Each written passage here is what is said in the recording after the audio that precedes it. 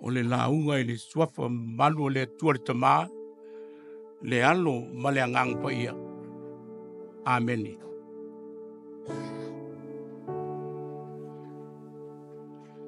Ua o filifilia le fai upe whā, o le tusi i a tito, le sa tatou fai tauina.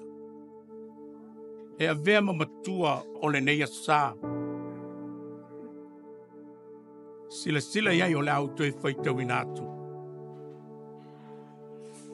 Ia tito lo ulava atali i la le whatua tua ua tu tele. Ia te oele alo tu noa, ma le manuia mai le atua le tamā. A toa ma ke Yesu ke riso, lo tatou whaola. Ia tito lo ulava atali i la le whatua tua ua tu tele. Ia te oele alo tu noa ma le manuia mai le atua le tamā. A toa ma Yesu ke riso lo tatou whaola. Tatou matua a toa le nao le nea sā. O le manatu ao le vai aso a toa le nei. Tusa ma le whasinonga le tusi fai tau aso le kalesia. Amata mai le aso luas purono le nei o mei. Se o atu le aso mua o iuni le masina fo. O le manatu ao le vai aso a toa le na. E whapea. Au mai le tala le nei. Maatiae le kalesia. Au mai le tala le nei. Maatiae le kalesia.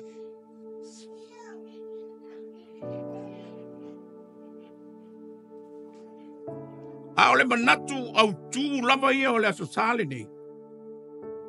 Aso luas furma le ono mei, lua furfa. Ufa o kuina i tono le tuspa i tau aso le kalesia e vapea.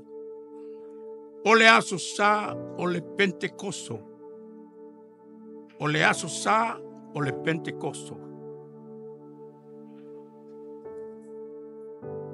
Ole asola.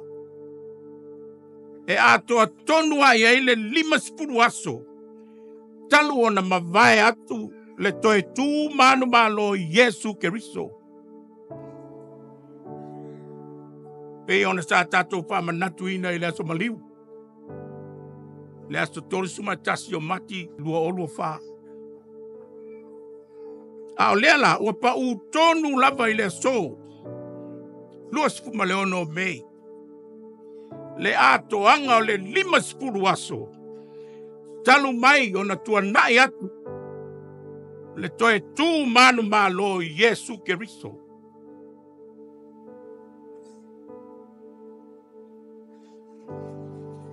Ai mana tua fo. O le vai tau tonu lava le nei. Pei ona whamauina le tusia le au apostolo. Ngā luenga le au apostolo lon tau pe lua pe momoe o le tas le wha. Sa poto wha tasi aile au so i Yerusalema ma le loto ngā tasi. I le afe au pito lunga ina ua mawai atu. Le toe tu manu malo Yesu Keriso. Ai whapua se ia loa. Le taa lili mai le langi. E peise i o le matangi ua angi tele mai. Ma ua whaatumu lia ai le whale sa no nopo ai. Ma poto ai le au soo.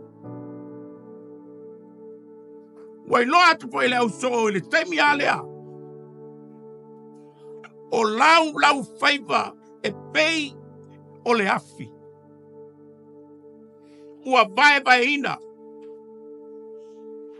Ua nofo tonu lava. I o lato lunga tai toa tasi. Apostolo i e toa sutas. A o le whaalinga le nā. O le anganga pa ia o le atua ua fio ipo. Ma ua whaatutu muina. Le au so o Filipilia e tuas fumatuatas. O le afuanga le na tau ta talai le au so inga ngana ese. E pei ona ua foai atu e le nganga o le atua. O le ngana ia te ilato.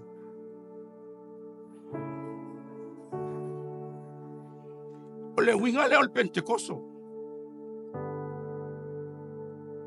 O le upu Pentekoso. Pei ona whaamawafaina ma whaatawena le kalesia. O le aso, o le tausa minga. Whaaiutaia. E whaamanatua i le fio ipo le nganga paia. Ma whaatu tumuina le ulua i kalesia.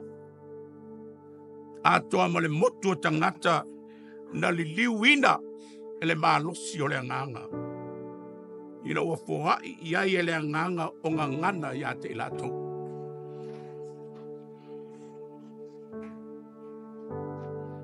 Atonu ai. Ai o le mapuanga lea na pinangalo ai toi ina o le kalesia ke e whakasa. Ina ia avea le masina le nei o mei. E usu ia ila na pono tele pa le tausanga taitas. E whaata taula i le vai tau lea o le fioi. O le ngangpa ia. I lunga o lana ulua i kalesia. Tusa nei ua lua afe tausanga taluai.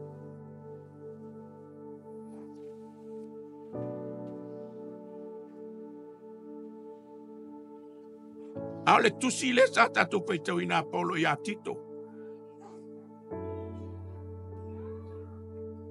O loo whaama mawhai e le apostolo le mata upu.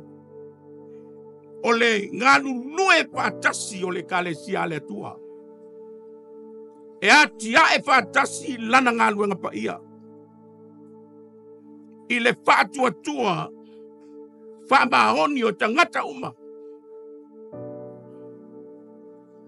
Ua whitau i tonu lava male manatu au le au mai le tusi peitau aso. Au mai le tala le lei. Maatia e le kalesia.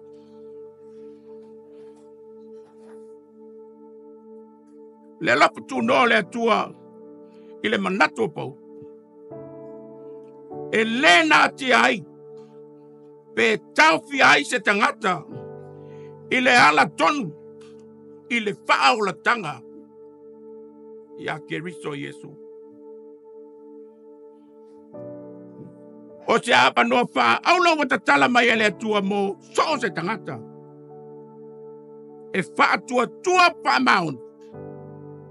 I le li i whaola o Yesu Keriso. O le lopa tu no po i le manato po. Lana matau sisi. O le mea lopa sili lea mai le atua. Mo i lato umalava. Talia Keriso Yesu i le loto. I le loto a ano. O le winga le na. O le fio ikpo o le ngangpa ia. E pei ona sapa tu tumuina.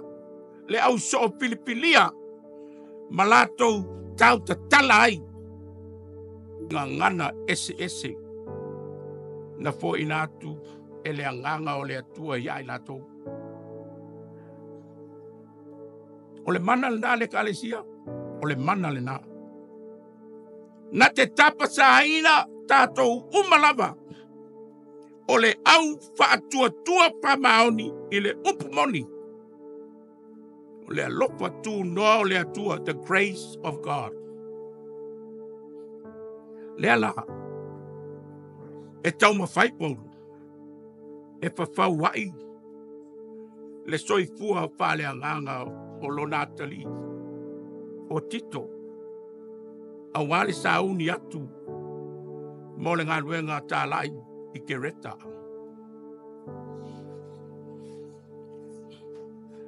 O Kereta o se motu e le itu i se sae o le sami Mediterani. Lona pai tau a whai ni tau sanga e lua o iwa. Tusa male ono se lau tolu sifuru afe tangata lo nofo ia. Le motu. Sili atu nai lo to tele o Samoa te minei. Samoa. Sapu le al malo Roma ile tau sanga e ono fitu. Tila mo. Ona toe whaoa le al malo take. Ile sentuli e sulu iwa ile lua sifuru. Na sosoa ne ai. Ona tau ma whaile o le motu, o tangata o le motu. E fia tuto o tasi mai le pūlenga le malo take. A le tau sanga e tasi iwa tasi toru. E lei mamawa.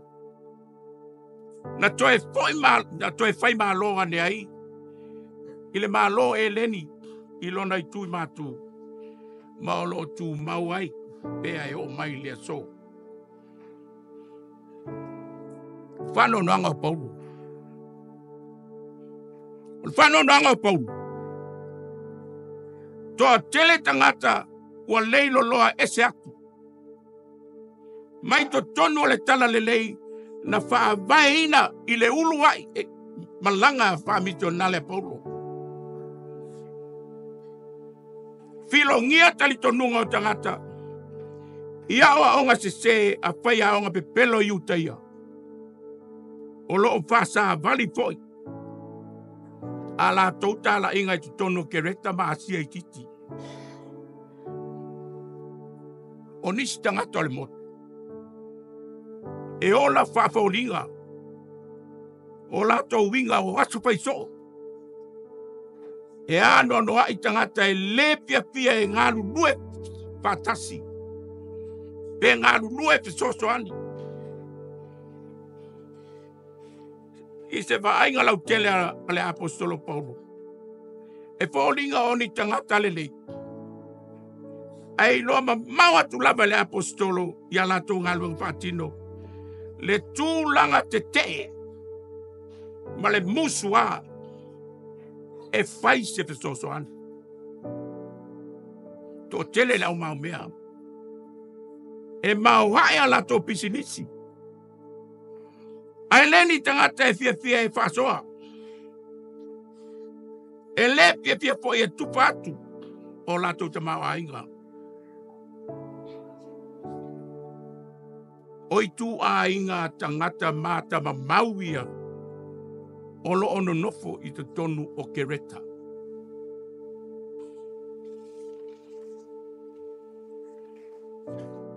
Mo tala fea ngai le nei lava ma le tala le tusi e mataio.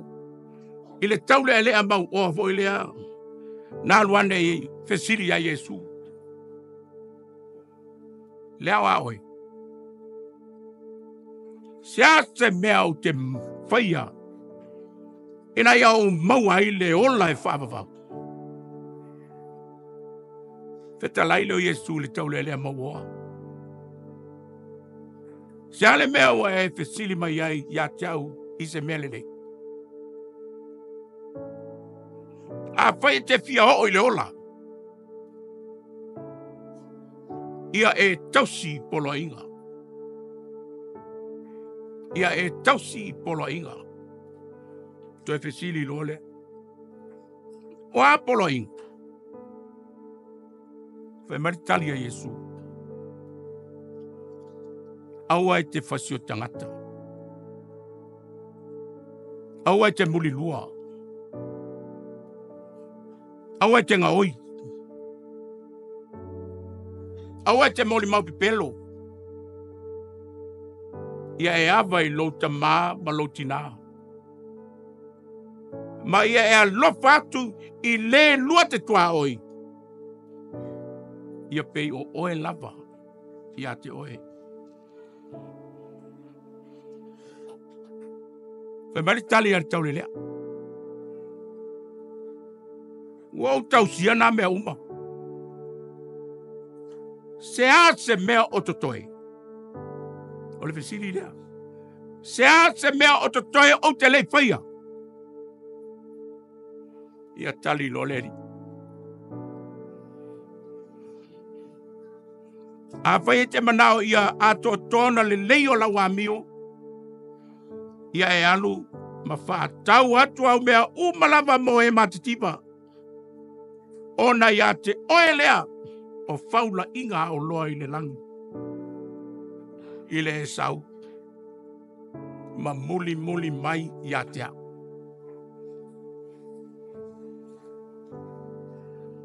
Whaalongo le tau lea mau oe le tali a Yesu. Ona fuli leo le tua. Ai se hao. Walu ese mariti ngā. Au ai tele ana mea. Leo se tangata e 5 fohai. Leo se tangata e fia e fo. Soso ani atu. Nao e loto. Nao ia lava. Matai o sfruiva foi o mole ono e ole luz maltol. O le lua i foi upu ale tusia tito nae. Ne tato fai tawina. O lo fa mau ai. Upu fa malo si au ma upu ti ma i le lopa. O le apostolo Paulo ia tito. Pai mai pou. O au o Paulo. O le au na le atua. Ma le apostolo Yesu Keriso. Ona o le whātua tua o e filifili ngā e le atua. Ma le iloa le lei o le upumoni e iuai i le ami o atua. Te fia whaonga ina le upu lea auna a le atua. O le tua lalo a Paulo ia Tito. Tito o le auna le atua. E ngā lue ma le loto mama. E a lopa i so se tasi. E loto maunalo maanga malu. O le auna e filipili ngā mo le monuia o isi tangata. Le auna le atua. E le aise mea e mai o ia. E whaama sino ma le tonu i le upu moni e ola ai. E i uai i le ami o atua. Le au na le atua. E le matau le angaina. Ai whaasoa lona sila pia mo tangata uma. E le solo muli ini whaafita auli onga e tu tupu. I to tono o lana au nanga whaaso.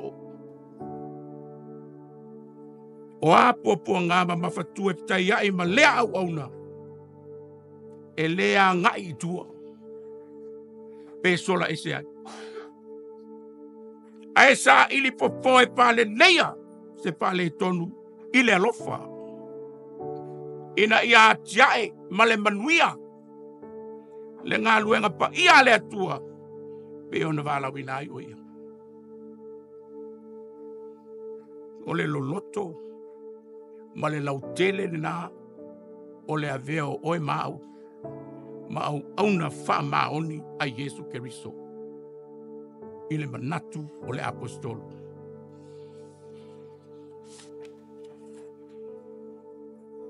Ia ma o le ano fuele na le apopo i ngā Paulo ia. O lo momoli atu i lo natali o Tito. Leo wa avea matato matua o le neia sa. Tito. Lo lava atali i la le fatua tua wa tu tele. Ia te oele a lopa tu noa ma le manuia mai le atua le tama. A toa ma Keriso Yesu lo tato faola. Fe au foi na mo i tato le kalesia ni tai au. Le aso sao le Pentecoso. O lo tato pipi i mau ma le fatua tua pa maoni le sa taulo Keriso Yesu lo tato faola. O le malo si anga lea. E atia e ai whaatasi e tātou lana ngā luenga. Ma le whaanga e tia. Lo tātou malua papa. Le nā iaso uma. Mai tu aso uma e a whaina ai tātou i le ola nei. O le alofa tūna o le atua. O le whaavai mausa li lea. O le veo i tātou uma. Ma au auna whamaoni. Upu. Ma le tala le lei. Ia Yesu Kiristo. Tātou te ola ai. Mō nei. Ma tai au maso umalau. E o i le whaavavau. Whaavavau lava. Amene. Tātou tālu.